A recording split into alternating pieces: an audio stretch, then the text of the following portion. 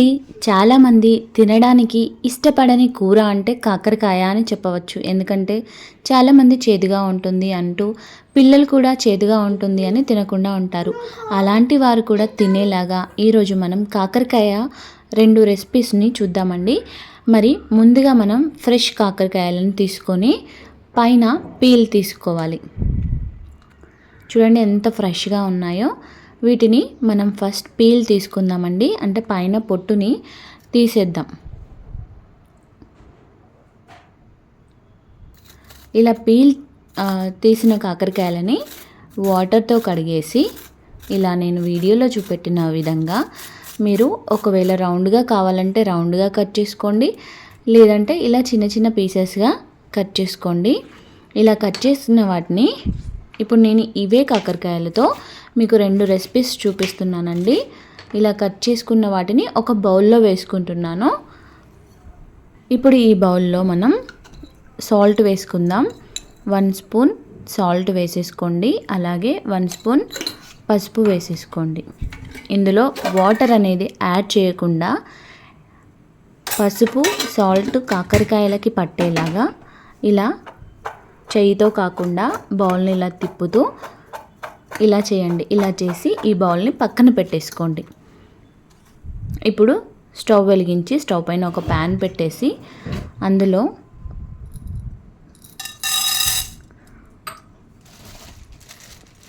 నేను చూపించిన విధంగా శనగపప్పు అంటే ఒక 2 టేబుల్ స్పూన్స్ అనుకోండి. 2 టేబుల్ స్పూన్ శనగపప్పు, 2 టేబుల్ స్పూన్స్ మినప్పప్పు వేసుకోండి. ఇవి బాగా కలర్ చేంజ్ అయ్యేంత వరకు ఇలా వేయించుతూ ఉండండి. ఇవి కొద్దిగా కలర్ చేంజ్ అయ్యాక ఇందులో మనం ధనియాలు 1 స్పూన్ ధనియాలు వేసి బాగా వేయించండి. ఇప్పుడు ఇందులోనే జీలకర్ర వేయండి. వీటిని అన్నిటినీ బాగా వేయించి చల్లార్చిన తర్వాత ఒక మిక్సీ జార్లోకి తీసుకోండి.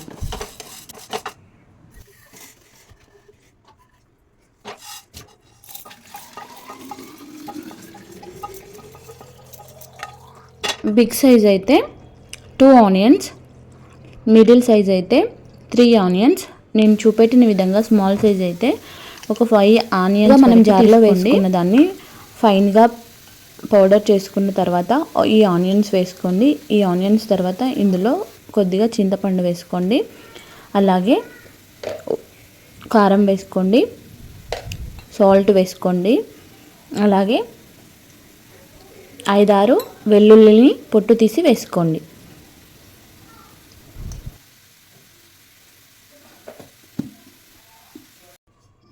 కొద్దిగా వాటర్ యాడ్ చేసుకొని పట్టుకోండి. ఆ తర్వాత స్టవ్ వెలిగించి నేను అదే ప్యాన్లో కాకరకాయలు డీప్ ఫ్రై అవ్వడానికి ఎక్కువ ఆయిల్ పట్టదండి.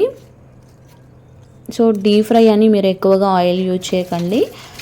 సో ఈ కాకరకాయలని నేను ఇప్పుడు ఇందులో మనం ఆల్రెడీ ఉప్పు పసుపు యాడ్ చేసాం కదండి. సో వీటిని మీకు ఎంత పాసిబుల్ అయితే అంత ఇలా చేతితో స్మాష్ చేయండి. స్మాష్ చేసిన తర్వాత ఇందులో ఒక 2 గ్లాసెస్ వాటర్ యాడ్ చేసుకొని మనం ఆయిల్ హీట్ అయిన తర్వాత వాటర్ లేకుండా గట్టిగా పిండి ఆయిల్లో డీప్ ఫ్రై చేసుకోవాలి కాకరకాయలని.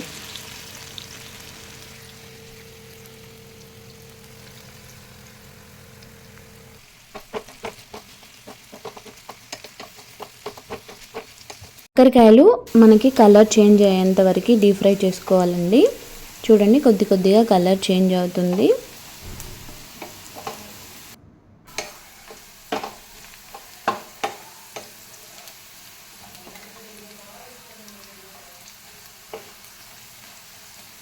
చూడండి కాకరకాయలు ఈ కలర్ వచ్చేంత వరకు మనం ఫ్రై చేసుకోవాలి. ఇప్పుడు నేను ఒక బౌల్లోకి తీసుకుంటున్నాను. ఇప్పుడు అదే ప్యాన్లో అదే ఆయిల్లో ఏం చేస్తున్నానంటే ఆవాలు జీలకర్ర చిటపటలాడుతుంటే అందులో కరివేపాకు వేసుకొని ఇప్పుడు మనం మెత్తగా గ్రైండ్ చేసుకున్న మిశ్రమంని మొత్తం ఇందులో వేసుకోండి. మనకి ఆల్రెడీ మనం ఆయిల్లో ఫ్రై చేయలేదు ఆనియన్స్ని, అందుకే మనకి ఆయిల్లో ఫ్రై అయ్యేంత వరకు మనం ఈ మెత్తటి మిశ్రమాన్ని బాగా కలుపుతూ మనం ఇలా ఫ్రై చేసుకోవాలి. కొద్దిగా పచ్చివాసన అంతా పోయే వరకు ఇలా ఫ్రై చేసుకోవాలి. పచ్చివాసన పోయాక ఇందులో కొద్దిగా వాటర్ యాడ్ చేసుకోవాలి. వాటర్ యాడ్ చేసుకున్న తర్వాత మనం కొద్దిసేపు ఇలా కలుపుతూ ముందుగా ఫ్రై చేసుకున్న కాకరకాయలను ఇందులో వేసుకోవాలి. ఇందులో వేసుకున్న తర్వాత ఇప్పుడు మనం ఒక 5 మినిట్స్ మూత పెట్టేసుకోవాలి. ఇలా మూత పెట్టుకోవడం వల్ల మనకి కాకరకాయలు అలాగే ఆ గ్రేవీ అంటే నేను ఇలా ఒకవేళ మీకు గ్రేవీ లాగా కావాలంటే వాటర్ కూడా యాడ్ చేసుకోవచ్చండి. సో కాకరకాయ వెల్లికారం అనేది మనకు రెడీ అయిపోయిందండి. చేదు లేకుండా చక్కగా ఉంటుంది. పిల్లలు కూడా చాలా ఇష్టంగా తింటారు. ఇంకో కాకరకాయ రెసిపీ, పిల్లలు చేదు లేకుండా తినే రెసిపీ ఏంటి అంటే కాకరకాయ ఫ్రై అండి. మనకి కాకరకాయ చిప్స్ ఫ్రై అని కూడా అంటారు. ఇందుకు మనకు కావాల్సినవి నేను ఇప్పుడు చూపెట్టిన సైజులో కాకరకాయలను కట్ చేసుకోండి, లేదంటే రౌండ్గా కూడా కట్ చేసుకోవచ్చు. ఇప్పుడు స్టవ్ పైన బౌల్ పెట్టేసి బౌల్లో 3 టేబుల్ స్పూన్స్ ఆయిల్ వేయండి. ఆయిల్ వేడెక్కాక ఇందులో పోపులో మనము శనగపప్పు, ఆవాలు, జీలకర్ర, వెల్లుల్లి, ఎండుమిర్చి వేసాను. అవన్నీ వేగాక కాకరకాయ ముక్కలను వేసి ఇలా కలుపుకుంటున్నాను. మనకి కాకరకాయ ముక్కలు మంచిగా ఫ్రై అవ్వాలంటే అప్పుడప్పుడు మూత పెడుతూ ఇలా కలుపుతూ ఉండాలి. సో ఇందులో నేను పసుపు యాడ్ చేస్తున్నాను. మనం ఇంత తక్కువ ఆయిల్లో కాకరకాయ పీసెస్ అనేవి ఫ్రై అవ్వాలంటే నేను చెప్పిన ట్రిక్ని ఫాలో అవ్వండి. మధ్య మధ్యలో క్యాప్ పెడుతూ 2 మినిట్స్ అలా తీసి కలుపుతూ ఉండండి. కాకరకాయ పీసెస్ ఉడికి మనకి ఫ్రై అవుతాయి అండ్ చాలా చక్కగా టేస్ట్ ఉంటుంది. అలాగే ఇందులో ఇప్పుడు మనం కొద్దిగా సాల్ట్ వేసుకుందామండి. ముందుగా సాల్ట్ వేస్తే ఆ సాల్ట్ వల్ల కూడా కొద్దిగా వాటర్ అనేవి వచ్చి మన కాకరకాయ పీసెస్ కూడా త్వరగా ఉడుకుతాయి, ఆ తర్వాత ఫ్రై అవుతాయి ఆయిల్లో. ఇప్పుడు రుచికి సరిపడా కారంని వేసుకోండి. చాలా సింపుల్ అండ్ ఈజీ అండి మనకి కాకరకాయ ఫ్రై చేయడం అయితే. ఈ వెల్లుల్లి అనేది చాలా టేస్టీగా ఉంటుంది ఫ్రైలో. అందుకే మీకు ఒకవేళ వెల్లుల్లి టేస్ట్ ఎక్కువ కావాలంటే ఎక్కువగా కూడా మనం యాడ్ చేసుకోవచ్చు.